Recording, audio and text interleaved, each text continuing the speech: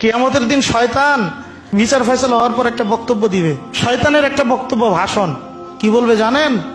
শয়তান সেদিন বলবে, আল্লাহ ওরা আমারে কেন দোষারোপ করে, আমার দোষটা কি? ওদেরকে আপনি নবী রাসূল পাঠাইলেন, ওদের কাছে আসমানি কিতাব দিলেন, কোনটা ভালো কোনটা মন্দ সব প্রশ্ন আউট করে দিলেন, ওদেরকে বিবেক দিলেন ভালো মন্দ চিন্তা করা, তা আমার অপরাধটা কি? আমি তো কোনো দলিল প্রমাণ দিয়েও ডাকি নাই, আমি তো জোর করেও গুনার দিকে নেই নাই, ওরা কেন আমাকে তিরস্কার করছে? তখন শয়তান জাহান্নামীদেরকে বলবে, ফালা তালুমুনি ওয়ালুমু আনফুসাকুম, এই জাহান্নামীরা আমারে তিরস্কার করিস না, তোরা নিজেদেরকে তিরস্কার কর। তোদের বিবেক থাকার পরও, তোদের সামনে আসমানি কিতাব থাকার পরও, তোদের সামনে ওয়ারাসাতুল আম্বিয়া থাকার পরও তোরা ভালো মন্দ চিন্তা করিসনি। তোরা চতুষ্পদ জানোয়ারের চেয়ে খারাপ, আমি ইবলিসের চাইতেও নিকৃষ্ট। ঠিক কি ঠিক না?